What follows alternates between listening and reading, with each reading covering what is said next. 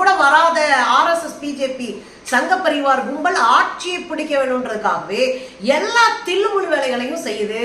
அதுக்கு தேர்தல் ஆணையம் கையை கட்டி வேடிக்கை பார்த்துட்டு இருக்கு. உச்ச நீதிமன்றம் தன் பங்குக்கு காதையும் சேர்த்து பொத்திட்டு உட்கார்ந்து இருக்குங்க. பரகல பிரபாகரன் உங்களுக்கு நல்லா தெரியும், நம்ம அம்மா நிர்மலா சீதாராமன் அவர்களுடைய இணையர். அவர் ஒரு பொருளாதார நிபுணர். அவர் ரொம்ப தெளிவா சொல்றாரு, இந்தியாவில் அது குறிப்பாக 2024 எலெக்ஷன்ல 220 தொகுதி கூட கிடைக்காதுங்க. RSS BJP சங்க பரிவார் கும்பல் மண்ணக்கவுன்றாங்க. அவன்லாம் ஜெயிக்க வாய்ப்பே கிடையாது அப்படின்னு சொல்லியிருக்காரு ஒரு பக்கம். இதெல்லாம் தொடர்ந்து பேச பேச காவிகளுக்கு பயம் எடுத்தது மட்டும் இல்லாம ஜெயிக்கிறதுக்கு என்ன உள்குத்து வேலை பார்க்கலாம் அப்படின்னு களத்துல இறங்கியிருக்கிறாங்க. இன்னும் 6, 7 ரெண்டு எலெக்ஷன் தான் இருக்கு. 6வது கட்டம் இன்னைக்கு ஓட்டு நடந்துட்டு இருக்கு. இன்னைக்கு என்னென்ன உள்குத்து வேலை பார்க்கலான்றத பிளான் பண்ணி அடிக்கிறாங்க. ஒரு இடத்துல மேற்கு வங்கத்துல பாத்தீங்க அப்படின்னா மொத்தமா ஓட்டு பூத்தவே கேப்சர் பண்ணி அவன் பாட்டு குத்திட்டு இருக்கான். வீடியோ பரபரப்பை ஏற்படுத்தி இருக்கு. தேர்தல் கமிஷனுக்கு அந்த வீடியோவை அனுப்பி இன்றைக்கு திரிணாமுல் காங்கிரஸ் புகார் கொடுத்திருக்கிறாங்க. இன்னொரு பக்கம் பாத்தீங்கன்னா காஷ்மீர்ல மெஹபூபா முப்தி அவங்க ரோட்ல உட்கார்ந்து போராட்டம் நடத்துறாங்க. எங்க ஆளுகள் எல்லாம் ராத்திரியா கைது பண்ணிட்டாங்க. பூத் கமிட்டியில இருக்கிற எங்க மெம்பர்கள் எல்லாம் உள்ளே நுழைய விட மாட்டான்.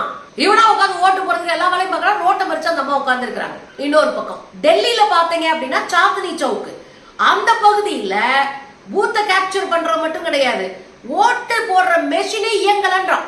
ஓட்டு போடுறவங்களை கம்மி பண்ணிட்டு மிச்ச இடத்துல நம்மளா ஓட்ட போட்டு முடிச்சிருவோம் அப்படின்றதான் அவங்களுடைய திட்டம் டெல்லியை பொறுத்தவரையும். ஏன்னா கெஜ்ரிவால் அடிச்சு ஆடி இருக்கிறாரு. கெஜ்ரிவாலினுடைய கைது பிஜேபிக்கு பின்னடைவை ஏற்படுத்தியிருக்கு. இந்த சூழ்நிலை தான் டெல்லியில சாந்தினி சவுக்லயும் உள்வேலை பார்த்திருக்கிறாங்க. அந்த வேட்பாளரை நேரடியா போய் கம்ப்ளைண்ட் பண்ணியிருக்காங்க. இதுக்கு இடையில நம்ம ஹரியானா பஞ்சாப்ல வழக்கம் போல பிஜேபி RSS சங்க பரிவார் கும்பல ஓட்டா கேட்டு வர்றீங்கன்னு அடிச்சு துவச்சு நிமித்தி காய போட்டு வச்சிருக்கிறாங்க அங்க இருக்கிற விவசாயிகள். இப்ப நீங்க களம் வேறையா இருக்கு. களம் RSSக்கு எதிராக இருக்கிறது, பிஜேபிக்கு எதிராக இருக்கிறது, மோடிக்கு எதிராக இருக்கு. இவங்களை வரவே வரக்கூடாதுன்னு மக்கள் கங்கணம் கட்டி நிற்கிறாங்க. ஆனால் அதிகாரத்தை பயன்படுத்தி நீதிமன்றங்கள் ஒரு பக்கம், இடி ஒரு பக்கம், ஐடி ஒரு பக்கம், அப்புறம் இங்க இன்னொரு பக்கம் பார்த்தா புலனாய்வு அமைப்புகள் ஒரு பக்கம். நீதிமன்றம் தனியா வச்சுக்கலாம். எல்லா மாநில நீதிமன்றம், உச்ச நீதிமன்றம் எல்லாத்தையும் கையில தான் வச்சிருக்கான். தேர்தல் ஆணையம் மொத்தமா பிஜேபியினுடைய முதுகுக்கு பின்னாடி தான் இயங்குது. RSS BJP சங்க பரிவார் கும்பலினுடைய ஒரு ஐடி விங்கை போல தேர்தல் ஆணையம் இயங்கி கொண்டிருக்கிறது. முதுகெலும்பற்ற தேர்தல் ஆணையத்தை உருவாக்கி வைத்து அதை வச்சு சாதிக்கலாம் அப்படின்னு மோடி பயங்கரமான திட்டம் போட்டிருக்காங்க. இதை பேசியே ஆக வேண்டிய கட்டாயம் இருக்கு. பரகல பிரபாகரன் என்ன பேசினாரு அப்படின்னா, 220 தொகுதி கூட மோடி கும்பல் ஜெயிக்காது.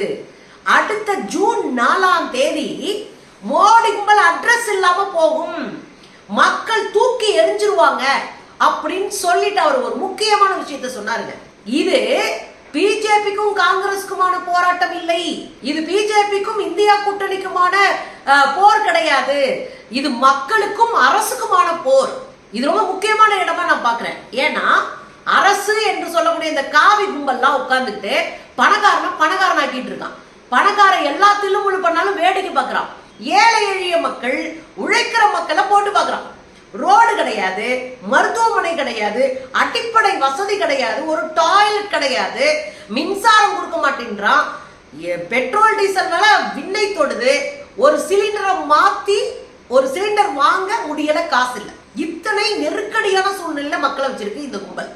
வேலை வாய்ப்பு இல்லை, வேலை கிடைக்காதனால இந்தியாவில் ஏராளமான இளைஞர்கள் தற்கொலை செஞ்சுக்கிறாங்க. இது ஒரு மிகப்பெரிய பின்னடைவை மோடி கும்பலுக்கு உருவாக்கி இருக்கு.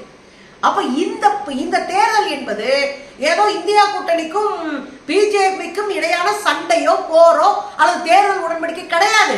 இது ரெண்டுக்கும் வேற நடக்குதுங்க. ஒரு அதிகாரத்தில் இருக்கிற அரசுக்கும் மக்களுக்கும் நடக்கிற போர் அப்படின்னு சொல்லி இருக்கிறாரு பரகல பிரபாகரன். அதோட அவர் சொன்னாரு, ஒரு தனி மனிதனை தூக்கி பிடிக்கிறது இல்லைங்க ஜனநாயகம். இங்க நம்ம மோடியை தூக்கி பிடிச்சிட்டு ஒரு கும்பல் தெரியுது.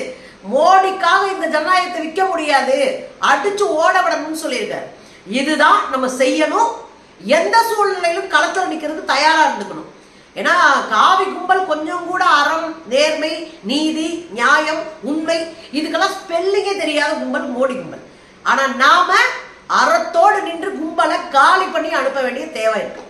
நீங்க அப்படியே வாங்க, இன்னைக்கு 6வது கட்ட எலெக்ஷன், 58 தொகுதிகள்ல இன்னைக்கு எலெக்ஷன் நடக்குது. இந்த 58 தொகுதிகள்லயும் எப்படியாவது ஜெயிச்சிடணும் அப்படின்னு காவி கும்பல் ஏற்கனவே திட்டம் போட்டு வச்சிருக்கு.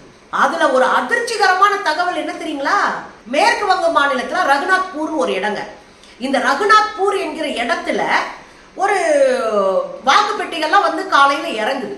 இறங்குனா 5 EVM மெஷின், அதாவது நம்ம ஓட்டு போடுற மெஷின், 5 விவி பேடு, நம்ம ஓட்டு போட்டோன்னே சீட்டு போய் விழுகு இல்லையா, அந்த விவிஎம் பேடு. இந்த 5 பெட்டிகள்ல பிஜேபி அப்படின்னு டேக் ஒரு பேப்பர்ல பிஜேபின்னு எழுதி அதை சீல் வச்சு அந்த பெட்டியோட கட்டி வச்சிருக்கிறாங்க. பெரிய அதிர்ச்சியா போச்சுங்க. இந்த வீடியோ தான் இன்னைக்கு வைரல் ஆகிட்டு இருக்கு. இந்த 5 பெட்டியில இந்த 5 பெட்டிகள்லையும் ஏன் டேக் போடணும்? அப்ப ஏற்கனவே ஓட்ட குத்தி முடிச்சு போட்டு கொண்டு வந்து வச்சிருக்கானுங்களா? அப்படிதான் நம்ம கேட்கணும். ஏன்னா இந்த இதெல்லாம் அடையாளம் வச்சுக்கோங்கப்பா, இந்த பெட்டியை அப்படியே தூக்கி கொடுத்துருங்க, இது நம்ம ஃபுல்லா போட்டு வச்சிருக்கோம் ஓட்ட அப்படின்னு சொல்ல வருதா? தேர்தல் ஆணையம் கையை கட்டி கூச்சமே இல்லாம வேடிக்கை பார்க்குதா? தேர்தல் ஆணையத்துக்கு முதுகெலும்பு இல்லையா? இந்த ஜனநாயக நாட்டுல தேர்தல் ஆணையம் அடிமையா உட்கார்ந்துட்டு கால் விரட்டிட்டு இருக்கிறதா அதனுடைய வேலையா? ரொம்ப அடிப்படையில் நம்ம கேட்க வேண்டிய கேள்விங்க அது. இதை கொண்டுட்டு திரிணாமுல் காங்கிரஸ் போயிட்டாங்க. மேல போய் தேர்தல் ஆணையத்திட்ட போய் கேட்டா தேர்தல் ஆணையம் ஆமாண்டுது. பெரிய அதிர்ச்சிங்க இது. தேர்தல் ஆமாங்க, காலையில வந்து பிஜேபி வேட்பாளர் தான் வந்தாரு, ஆமா அப்ப அந்த டேக் எல்லாம் போட்டிருந்தோம், கட்டி இருந்தது உண்மைதான் அப்படின்னு தேர்தல் ஆணையம் சொல்லுது. அப்ப தேர்தல் ஆணையம் என்ன சொல்ல வருது? ஆமா அப்படிதான் கட்டுவோம், என்ன பண்ணுவ அப்படித்தானே இந்த பதிலுடைய இது. இல்லங்க இது நடக்காம தடுக்கிறோம், இந்த இடத்துல எலெக்ஷன் நிறுத்துறோம், நம்ம பாத்துக்கலாம் அப்படின்னு சொல்லல தேர்தல் ஆணையம். தேர்தல் ஆணையம் கூச்சராஜம்னா ஆமாங்கன்னுது. அப்ப நம்ம எந்த இடத்துல நின்றுட்டு இருக்கோம்?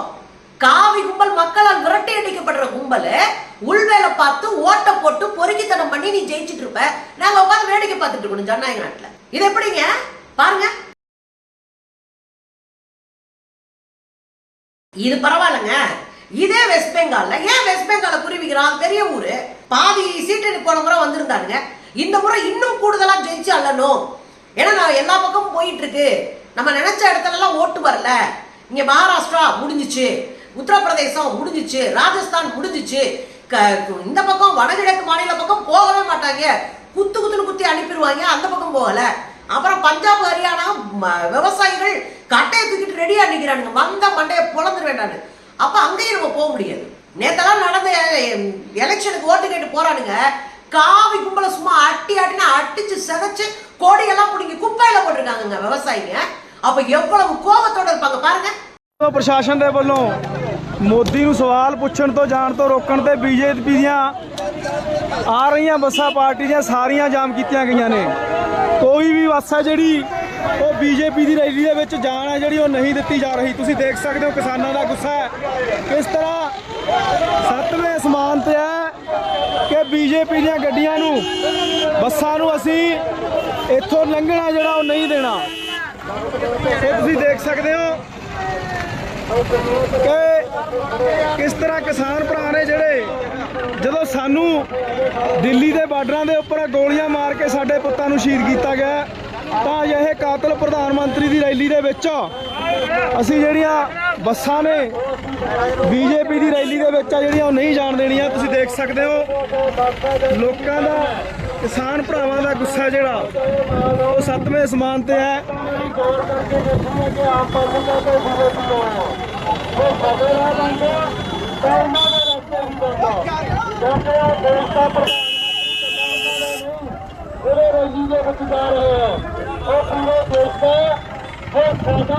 இதனால இங்கேயும் போய் ஓட்டு கேட்க முடியாது, புரியுதுங்களா?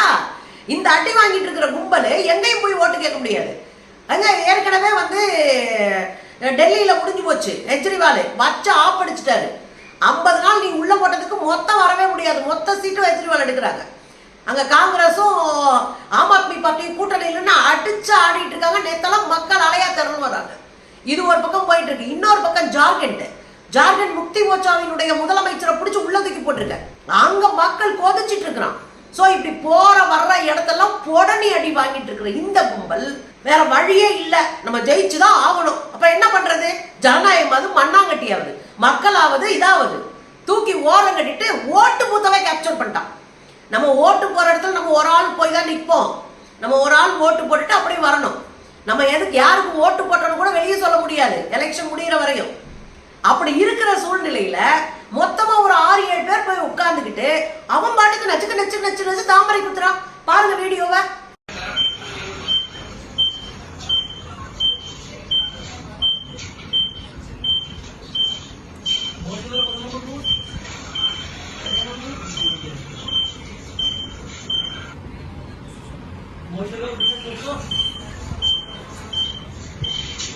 பாத்தீங்கல்ல என்னங்க நடக்குதுங்க? இந்த திருட்டு கும்பல் மக்களை சந்திச்சு நான் 10 வருஷம் இவ்வளவு செஞ்சிருக்கேன்டா அப்படின்னு சொல்லிட்டு ஓட்டு கேட்க வக்கற்ற கும்பல் என்ன பண்ணி வச்சிருக்கு? உள்ள போய் உட்கார்ந்து ஓட்டு பூத்தை கேப்சர் பண்ணிட்டு உள்ள குத்திட்டு உட்கார்ந்துருக்கு.